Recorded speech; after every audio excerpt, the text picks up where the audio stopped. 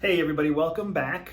It is the day before we pack out. So we've got everything, I think, pretty much back to where it needs to be so that we can get it out of here and into a cargo plane and sent back to the United States. So if that looks like a lot of stuff, which to me it feels like a whole lot of stuff, I'm not gonna lie.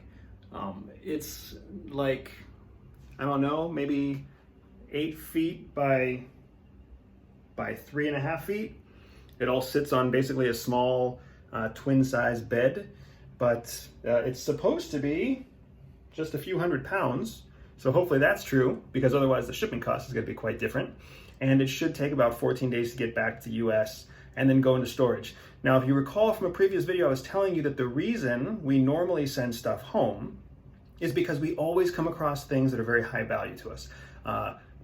Tailor-made pieces of artwork or clothing, stuff that's really special from our travel that we want to keep, but we don't want to carry with us everywhere we go. So we always have a shipment that we send home. Normally, the shipment that we send home is never anywhere near this size.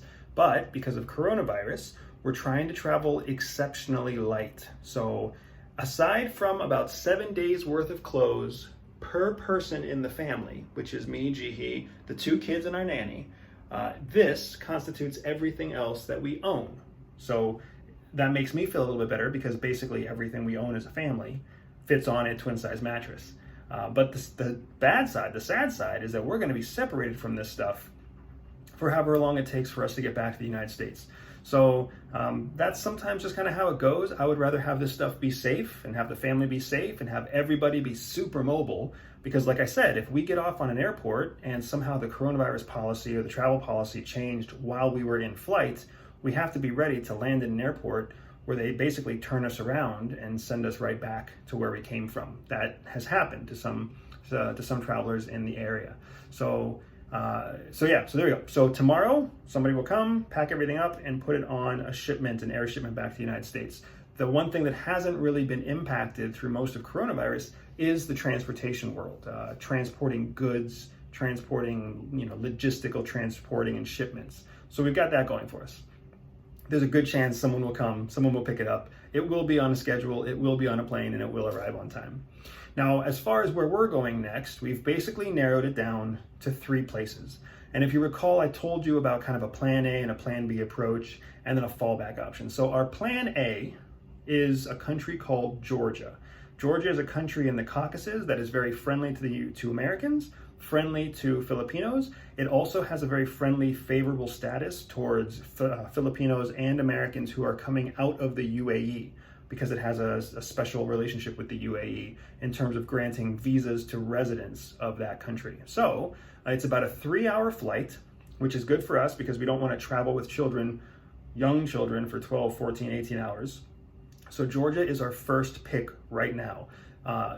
Georgia's bordering states, Turkey, Armenia, and even Russia have had issues with coronavirus outbreaks. So while we were looking at those countries before, they've kind of shut down their borders. It's very difficult to get into those countries. So Georgia's is our best bet for keeping all 5 of us together. If for some reason we can't get into Georgia, either because Georgia doesn't let us in, or because the UAE won't fly to Georgia, or doesn't have available flights to Georgia, or because the UAE won't let us out, if any of those things happen, then our fallback plan is to basically split up, to send our nanny back to the Philippines on her own, and then we will go on to a different location.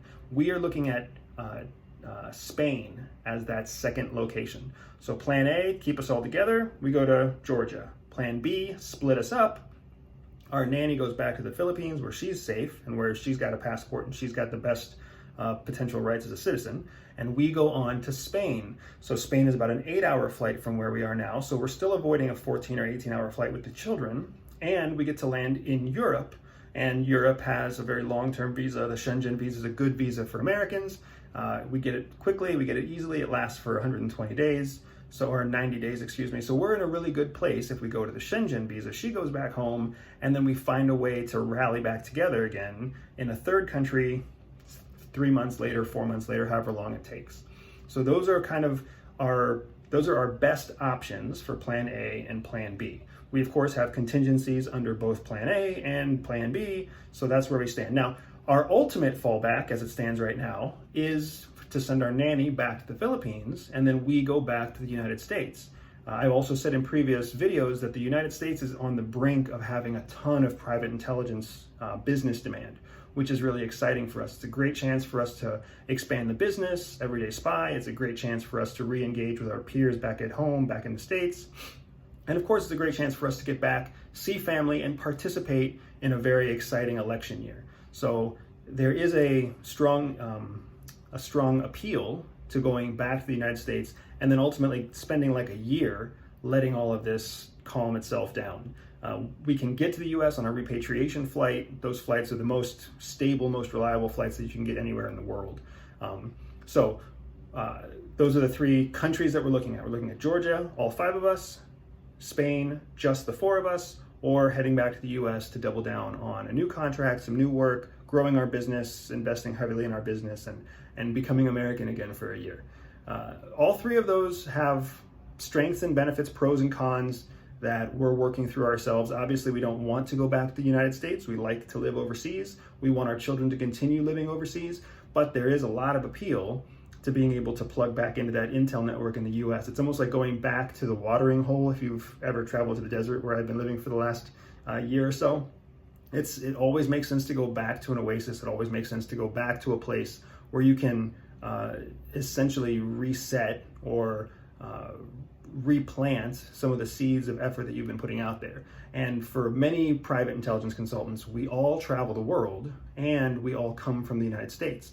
FBI, CIA, NSA, these are some of the most elite intelligence services in the world. So we come from the United States, there's high demand for us all over the world, and we always go back to the US to kind of rekindle our own relationships with one another, to share new contract ideas, explore what best practices we're learning in the different industries where we're visiting around the world, and then essentially be able to kind of hop onto each other's contracts or reference or recommend each other to other contracting sources before we move on again. So that was a long kind of drawn out explanation as to the 3 options that we're looking at. There are other options that we have planned beneath each of those. So for example, Costa Rica is still on our list. Morocco is still on our list. Kuala Lumpur in Malaysia is on our list. There are many countries where we can get in, but the visa stay is limited or the flights are very unreliable. So we have to figure out what we're gonna do. But for now, for today's update, just know everything we own exists on a twin-size mattress. It's all going back to the United States with the exception of each of us basically carrying one backpack with no more than about 25 pounds worth of our own stuff. All of our electronics, books, or key books like journals basically, clothes, whatever medication, whatever snacks, whatever shoes, whatever equipment, outdoor equipment that we're going to be needing or using as a family on the other side of where we're going.